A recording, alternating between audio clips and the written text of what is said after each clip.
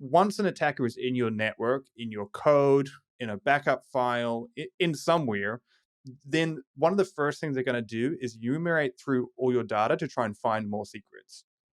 Why? Because when you have a secret, you're correctly authenticated. If you break down a door, you're going to set off an alarm. But if you have a key for that door, then no one's going to be suspicious. It's exactly the same in IT.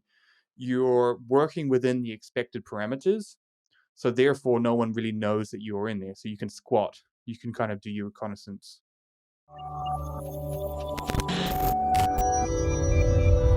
Hello, everyone. Welcome back to another episode of the 401 Access Denied podcast. I'm the host, Joe Carson. It's a pleasure to be here with you.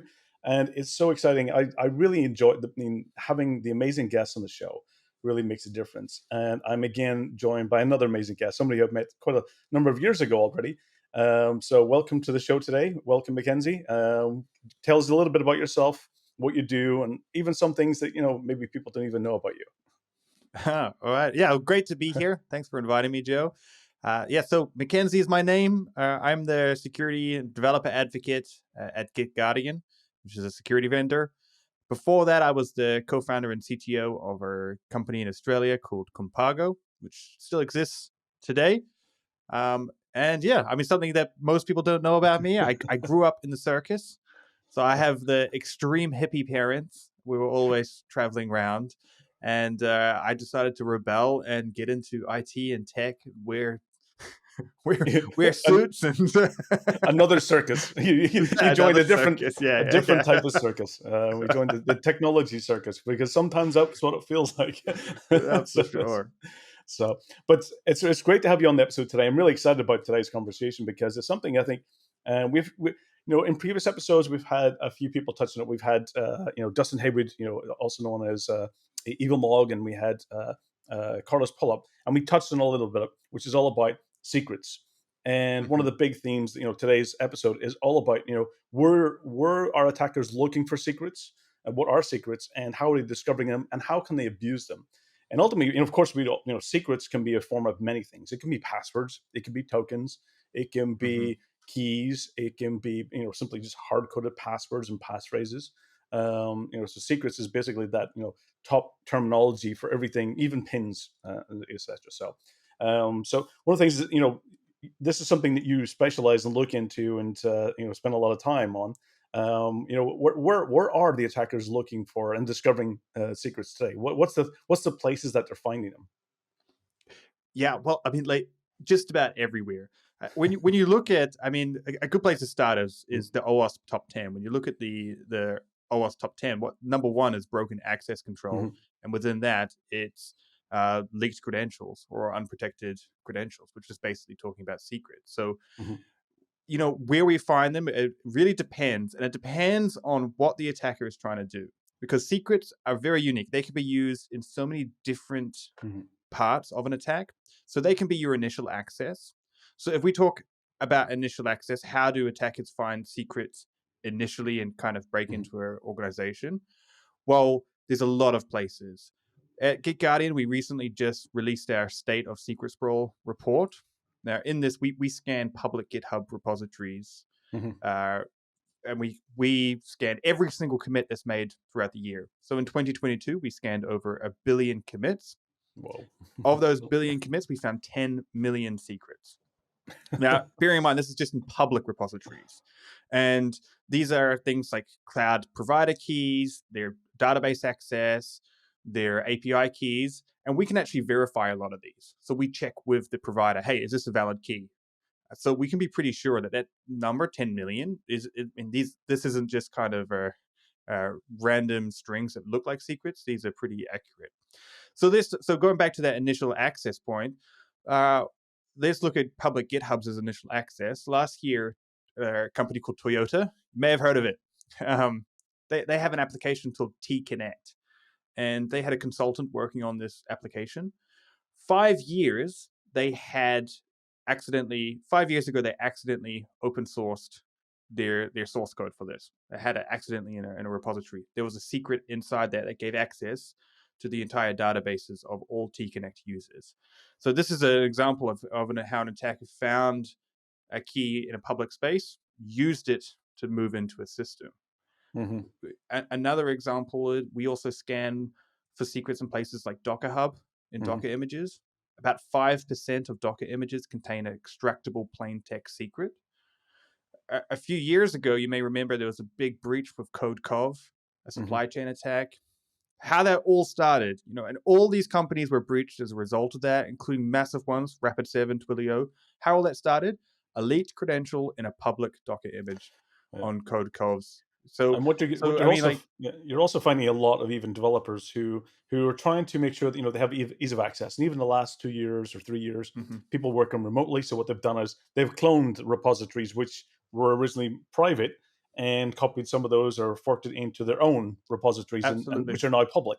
And you just hope that that they have changed or rotated the original token that was used before that happened, but it's not always the case. Yeah, that exactly right. I mean, there's so many places. You got to remember is that source code is a very, very leaky asset, right? So, okay, we've got a private repository. What happens?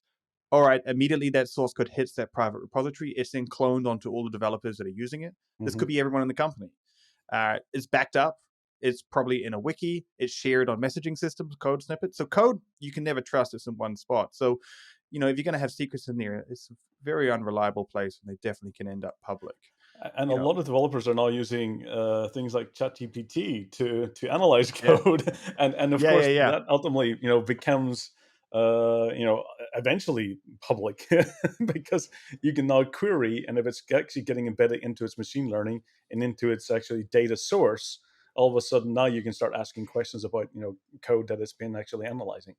yeah, for sure. So another interesting way that I've heard, a lot of reports that companies are now asking their employees not to go and put code or actually analyze it in things like ChatGPT. Well, employees never do things that they've been told not to do, so that's foolproof. But did you Absolutely. know this was a bit of a side note? Did you know ChatGTP got a bug bounty last week? Oh, It, I didn't know. No. yeah, yeah. So our I mean, this is a bit of a left field thing, but it was actually a guy that was asked to evaluate EDR solutions. Hmm. And one of the ways he wanted to see, hey, if I create malware that's designed to bypass this, can I bypass some of these Hmm. solutions as a way of evaluating them? He didn't know how to write malware, so he asked ChatGPT. You have to trick it. You have to It trick won't it. do it It's initially. You it's have to trick it. a special way of Yeah. asking ChatGPT to do something. Well, you just kind of have to go, hey, can you give me an example of something that does this? And then you got to work through it from there. But eventually it spat it out. He managed to bypass some EDR solutions and then submitted it to their bug bounty program with malware that ChatGTP wrote and You're- got a payment of, I think it was $650. So like Okay, not a it's pretty, $50 bug. it's pretty good if you can automate Yeah. that. That's the impressive part. If you can take that to the next stage, because Yeah. I myself I use ChatGPT a lot for things like to create the base of a code for myself, to with Hmm. certain parameters and outlines. But of course, I had to change it quite a bit in order to get it get it working fully functional. Yes. But I do see this as a way to do a lot more automation, to do things in a way to even getting it going and searching for things. So it might be even an interesting area for it to go and discover secrets. Yeah, definitely. And I'm sure, and see, ChatGPT is great at things that humans aren't. Humans aren't good at discovering secrets because they're buried in code. But there are things like ChatGPT and other analyzers out there.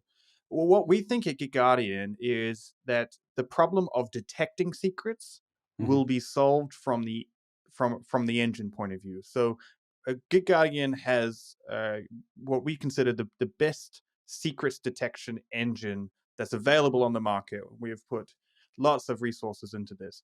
We believe that in a few years that's not going to be novel, Hmm. that because with AI, with machine learning, with the huge data sets that we have, we're going to be able to get to a point that's really high accuracy, and everyone will have that. So that's really interesting. And these are the areas where AI. So it's going to be helpful. It's going to be So harmful and helpful at the same time. And I think you have to use it. You have to be absolutely, onto this because you have to be knowledgeable about where your data is and where your yeah, credentials are and where your access is coming from. You had to, you're better doing it proactively than waiting and to find out when something goes wrong, because ultimately that's the abuse that happens. Question: what types of malicious activities can be done when those secrets are obtained? Of course, getting an API could allow an attacker to extract data from a database, or it could allow Hmm. them to put some code into, or even if they got access to, they could even check in their own code into those repositories as well if they have the ability to do commits. What are Yeah. other types of activities you're seeing malicious actors doing when they're able to discover secrets? Definitely.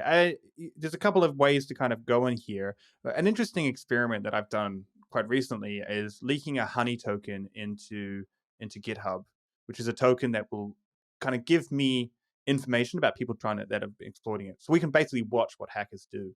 What they do when they find a credential is they automate through a process of like, hey, is this valid? That's number one.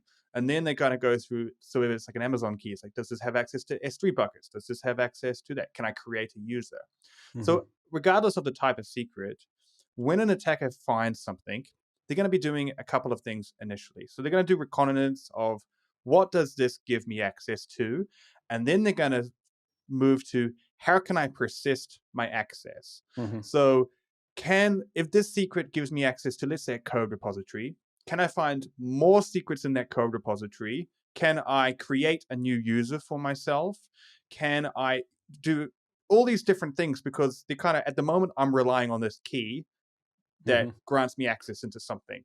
That could be How can I changed at move any into a different time. system? Yeah. Yeah. Yeah. How can I move into a different system? How can I ensure that my access is going to persist? How can I elevate my privileges? So that's what's going to Hmm. happen. And this kind of brings us off into the other area of attacks where, let's say that a secret is not the initial point of access. Then once an attacker is in your network, in your code, in a backup file, Hmm. in somewhere, then one of the first things they're going to do is enumerate through all your data to try and find more secrets. Hmm. Why? Because when you have a secret, you're correctly authenticated. If you break down a door, you're going to set off an alarm. But if you have a Yep. key for that door, then no one's going to be suspicious. It's exactly the same in IT. You're working within the expected parameters, so therefore no one really knows that you're in there. So you can squat. You can kind of do your reconnaissance. The stealthy scenario, Stealthy. Yeah. absolutely. Yeah, I will say it's one of the kind of attackers prefer to be able to live off the land and reuse your credentials and access, because the moment Hmm. they create anything new, they create ripples in the water, and you're always looking for that Yeah. noise. And the most stealthiest methods are the preferred methods, and it allows them to typically stay around for a much longer period of time, so they can do a lot more reconnaissance and look for a lot more sensitive data, and to learn more and to look for ways to elevate. So definitely keys, which would basically allow the attacker to come in under the disguise of an application or a system or an access that they would typically see commonly. And they're Mm. disguising sometimes even the path and the route into those organizations. So absolutely, this is the most preferred method, I believe, from attackers, because it allows them to remain undetected for as long as they possibly can. Yeah, exactly. And secrets are just a fantastic way of being able to remain undetected, especially if you kind of don't have the additional elements of zero trust set up. Hmm. So you haven't restricted IP scopes, or there's other types of authentication going on in the background. Which the honor like when we look at security, we have all these elements like zero trust, and they're Hmm. all great. And when you put them in, like multi-factor authentication, but the reality is that we're the standard is so far from the bleeding edge Hmm. of what we have, is that people always say, well, isn't this a solved problem? It's like, well, it could almost be a solved problem if we correctly utilized everything, and if every Hmm. organization had an unlimited security fund. Then Yeah, yes, yeah, we have absolutely. the technology to be able to do it, but the reality isn't there yet. Yeah, no, it was interesting. So recently, I did a webinar with RSA that was just a recap of my talk from RSA last year, which was all about ransomware. And one of the questions that the audience had was that what would be some of the steps and methods that maybe this organization who became a victim of a major ransomware attack could have prevented it. And ultimately, what would happen was, when you go through all of the forensics and the logs and everything, one of the biggest things was that initial access. And the initial Hmm. access itself, it came from an authenticated credential. And that credential, we still don't know how that credential was done, whether it was through password reuse, or whether it was through credential compromise or phishing, or there's many different ways that the attackers Yeah. can gain access and discover those secrets. But ultimately, when you look at the logs and that first ever initial access, so for example, the accountant who was accessing this machine, whose credentials were compromised, they were coming all the time from a known IP address. The IP address was always the same, roughly, all the time, accessing the server. And then all of a sudden, the malicious actor had access to the credentials, and they came and they accessed the same RDP from a known Tor exit node, which is basically known to have a malicious reputation. And then Right. a couple of months later, saying they verified the credentials, they double checked it, made sure it was still working, made sure it was still something that, of course, they were likely an access broker looking to sell on that access later. But Mm-hmm. again, another IP address that was coming from an exit node that was known to be malicious. So you end up, and the question is that if that organization had been looking through those, there is technology that goes and looks at the reputation of IP addresses for suspicious, even just to get notification on it, Mm-hmm. would give them at least something.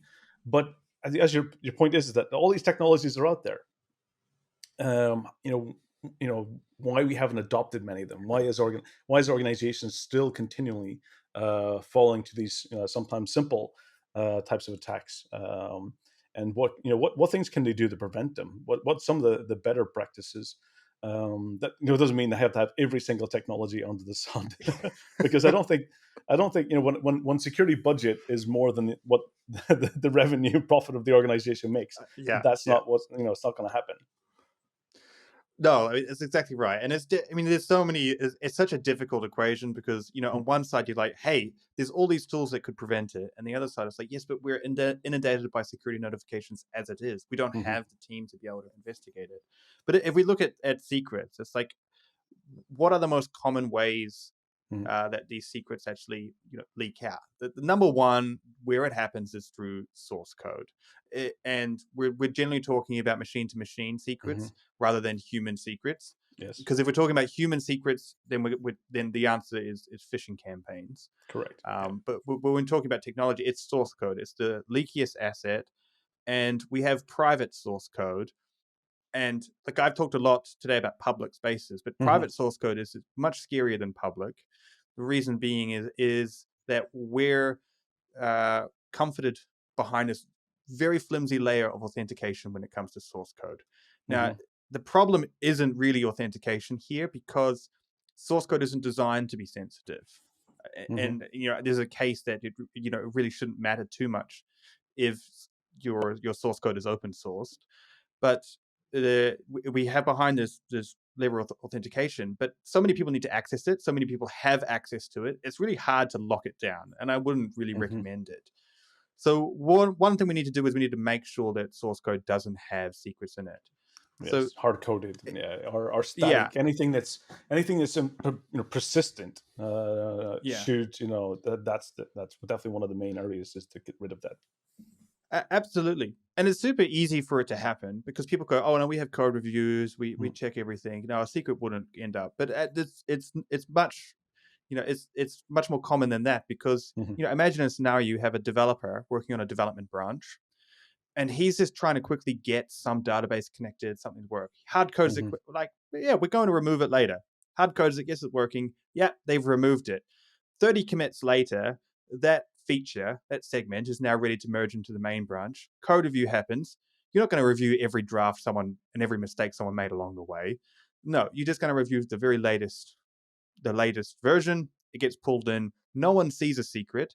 It's in the history. You've got to remember that when most security vulnerabilities, they exist in the final version of the code. If I have cross-site scripting vulnerability in my code, I fix it, I update it. That doesn't exist anymore.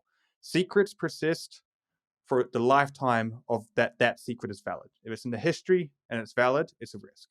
So we need to make sure that secrets are not in there. How we do this? There's no magic bullet. There's education that we need to make sure that that developers know not to do this ever, and how Git works and why it's a mhm. risk. We need to be using secrets managers. and something about secrets managers is there's some great products out there. HashiCorp Vault, in my opinion, is probably one of the best tools for managing secrets. But if you're a team of 10, it's not going to be the tool for you because it's too heavy. Like Hmm. it has too, so you have to try and find what is the correct tool for you to use that your team is actually going to use and that you have resources in place to manage it correctly. Because maybe it's not going to be something like Vault that you're self-hosting. Yeah. And then of course, scanning for these secrets yourself. You need to be notified when these secrets enter in your source code. They're going to enter in. You can put in something simple like a Git hook on your developers' machines, so that if your commit has a secret in it, it gets blocked, Hmm. doesn't enter the source code. So there's these things that you can do. And a cool resource that we wrote is secrets. The secrets management maturity model. It's basically just Okay. a survey that you can take to see like, hey, whereabouts are you in this? How much of a risk is your organization Yeah. having at leaking out these secrets? And I think there's like 20 questions or something about, or maybe less than that, and it will kind of Mm. give you what is your maturity level in managing secrets. What's your current state in that level? Yeah, What you're doing and what you're not doing and what you should be doing. exactly. Yeah, and what areas? Because it's not Mm. like you're either good or bad, right? It's okay. This is a good area, and this is big risk. Does question, from a lot of the research and stuff that you've been doing, what about a lot of organizations? Developers are not always direct employees. They're third party sources. Hmm. They're external. They're third suppliers. Is that a major risk that you're seeing in organizations where they're basically just getting code from third party sources? Yeah, huge risk. So, like in the managed service provider Mm. avenue, it's so when we're talking. Well, I talked about Toyota before, so that was Mm. from a service provider. That Mhm. wasn't theirs, and this is why this gets really interesting. For lots of reasons. Organizations don't have visibility often into their their consultants, their MSPs, and what they're Mhm. doing. So when it comes to like leaks on GitHub and areas like that, this all happens outside of your visibility. All of it. Mhm. It could be an employee from an MSP that's pushed something public that you don't know about. So it's a big risk to be able to do it. So we need to be careful in the providers that we're Mhm. choosing, and that they actually accept that this is a risk, because if someone says to you, "Oh no, that's not a risk for us. We wouldn't do that," then that's the biggest risk that you have Mhm. is definitely that. So just making sure that we're all understanding that this is a risk, and then getting visibility into what Mhm. kind of mapping out your perimeter and your risk factors, your attack surface, and including things that are outside of your control. You need to be able to be aware of that. Absolutely. You got to make sure that, well, while you might have good practices in place for your own developers, I've seen, I've seen a lot of developers copy paste, Yeah, and sometimes, when you're just copying, code with secrets into your own code repository with secrets, and it's not yeah. always a good way to get things done. So what things what are some of the best places for organizations to start, and what would be the first kind of stepping point, of being able to go down the path of getting in control of secrets? Yeah. So the first thing that you need to do is understand your your risk. So look and scan your infrastructure. So your source code, your networks, other areas. There's vendors that do that, like GitGuardian, but there's also open source tools if you don't have budget for it, right? That um, where you're going to need more advanced tools is when you get really big as an organization. So understand your vulnerabilities. So scan your repositories, your networks, and get visibility into it. It's going to be shocking. We typically find that the average organization size of 400 developers, so still quite small. So about Hmm. 400 developers, maybe 1,000 employees. They will typically have around about 1,000 secrets in their repositories. 1,000 unique secrets, 13,000 total secrets is typically what we find. So you kind of need to get visibility over that. And then there becomes this oh crap moment, because it's kind of like, now that we're aware of the problem, we have to do something about it. So you need to put in place good remediation. Then you're going to need to stop the bleeding. So why did this happen? When you get visibility, you can say, hey, these are the teams that are leaking. Why are they leaking? maybe that we're not using the correct secrets manager. Maybe we're not using the right amount of tools. Maybe how we're sharing these secrets is through Slack. Hmm. Whatever it is, Yeah. once you have visibility, you can plug your holes. And then you need to layer on backups. So once we've got visibility, we have correct tooling in place to be able to manage secrets. We need to be able to monitor in real time when a leak happens and Hmm. remediate the leaks that have happened. And remediating, I mean, it sounds like, hey, if we find the secrets, we can solve it. Remediation, especially at scale, is probably one of Hmm. the most difficult things because you're involving multiple parties. So you really need to look into the remediation process of it. But that's basically the steps that you can take to try and identify and fix the system. Identify the vulnerabilities, use the Hmm. correct tools to be able to find it, and then remediate and monitor in real time when they happen. Because they will continue to happen no matter what you do, but we just need to Yeah. be aware of that. Yeah, Yeah, you absolutely need to be aware of the risk, and then make sure you've got tools in place that'll definitely allow you to monitoring that type of things. One of the things that we've been doing even at Delinea is around the ability to make sure that you're replacing those hard coding tokens with basically on demand, temporary tokens that yeah, allow you to get access, and you check out those tokens temporarily in order to perform an action. So it's definitely a way to make sure, and it gets you away from that static persistent secrets, exactly. which is what the kind of the major challenge is that when those secrets are out there and they're persistent, and you would need to change everything in order to remediate it, moving to more temporary based keys that has additional security controls and monitoring in place will definitely give at least organizations much better visibility and Mhm. know what things they can do in order to reduce the risk as well. So absolutely. So Dynamic secrets are amazing. Like there's a few vendors that do that mm, now. Like Vault's been doing it for a while, but I also think a Keyless, which is another secrets manager, mm, it has features like this. I really think that this is got to be. It doesn't solve the issue completely because we have long life secrets behind short life secrets, but it yep, does. But I mean, like, hey, we before we can solve it, we need to get better, and this is a big step towards it. No, that's absolutely. it's very cool. Yeah, it definitely allows you to move away from having it, having to change everything on the edge, everything in the Yeah, code, where you actually have a little bit more centralization and visibility into how those secrets are being used, when they're being rotated, how many machines have actually been and code has been actually communicating with it. So it gives yeah, you much better visibility. And it's also one of those things where at least I think the big challenge here is not only getting it from the source code, but also moving it into DevSecOps and DevOps, where it's getting into configuration files. That's all about basically doing code on demand, code basically serverless and codeless infrastructures, and it all ends up being in configuration files as well. So we have to make sure that not only is it just about in the developers, but also in the operational side when developers are actually getting the code into production. yeah. I mean, and you bring up some great points there. And the one thing that I will say, that I didn't mention before is even if you're not got dynamic secrets, have a plan Mhm. in place to rotate secrets regularly, because this actually does a couple of things. One is it means that the secrets, obviously, if they do get leaked in code, they will be rotated and Yeah. worthless soon. But it also means that you actually know how to do it, so that if one does leak publicly, then you're like, oh, we know what this key does. We know how to rotate it. Because if a key, nothing worse than if a key Mhm. leaks. It's like, hey, what does this key do? We have no idea. And like, okay, should we rotate it? Are we going to break everything? Like That's that happens when That's when the it happens. scary part. That's the Yeah, scary part for organizations, and yeah, that's sometimes why they don't rotate keys is that they don't know what they're going to break. They don't know what the exactly. relationship or the Yeah, the functionality of harmony. What does that key need to be the same in different places?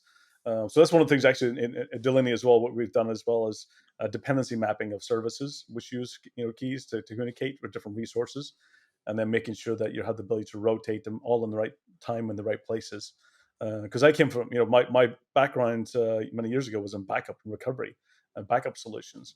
And when that key wasn't right in all of the right places, your backups weren't working. You couldn't recover. Reports started to mm, failure.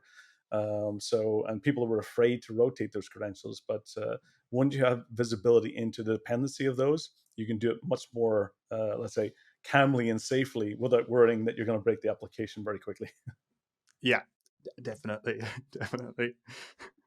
So it's been fantastic having you on the episode today, and I think it's really important that kind of people get more visibility into the importance of keys and secrets, and where they can be discovered, what things they can do. Any final words of wisdom that you want to share with the audience into any good resources that they can go to? You mentioned the report that you'd Yep. released. Where would it be a good place for them to get the report and take a look at that? Definitely. GitGuardian does a lot of research into this topic. It writes a lot of white papers. So the gitguardian.com is where we have a great resources page. The blog.gitguardian.com is also great. We publish every day on our blog, or just about, with uh, news and topics and trends and tutorials and everything. And it's quite agnostic, vendor agnostic in there. So they're great resources to check out. And I think that will be my final words of wisdom will be to try and just educate yourself around this problem, because it is growing, and it unfortunately it's affecting everyone in the industry. Okay, absolutely, very wise, and we'll make sure to put them in the show notes so that everyone can get easy access to them. And the last question I've got is that do you go back to the circus these days or not, or what's are you afraid of circuses or what's I used to be able to do so many fun tricks, and as I've gotten older, and like these tricks only really come out after a few beers, but I've really started injuring myself. So like I try to avoid all my old circus tricks and days. When I was 13, your bones were bendy, but now I, I don't think I don't think it. But I think it the would be next cool to try and brush up on some of the tricks again. I might. Let's Who knows? Maybe at RSA this year, I I'll will try juggle and some put you to the fire. test for that. We'll see for sure. So, but it's fantastic having you on the show, and really, fantastic. And for the audience, hopefully, you've got a better idea around the challenges that many organizations have around secrets that are kept in a lot of source code and repositories. Whether it being private or public. Whether it being synced and backed up on employees and developers' devices. So it's really important that you get a visibility and get started on taking a look and how you can manage and reduce the risk today. So Mackenzie, it's been fantastic having you on the show today. Thank you. Hopefully, we'll be able to have you on back again in the future. And for the audience, this is the 401 Access Denied podcast. I'm Joe Carson, the host of the show. It's been a pleasure. Again, tune in every 2 weeks. Even go back and take a look at previous episodes if you want to find out more about some of the previous guests that have been on the show. So thank you. Stay safe and take care. Goodbye.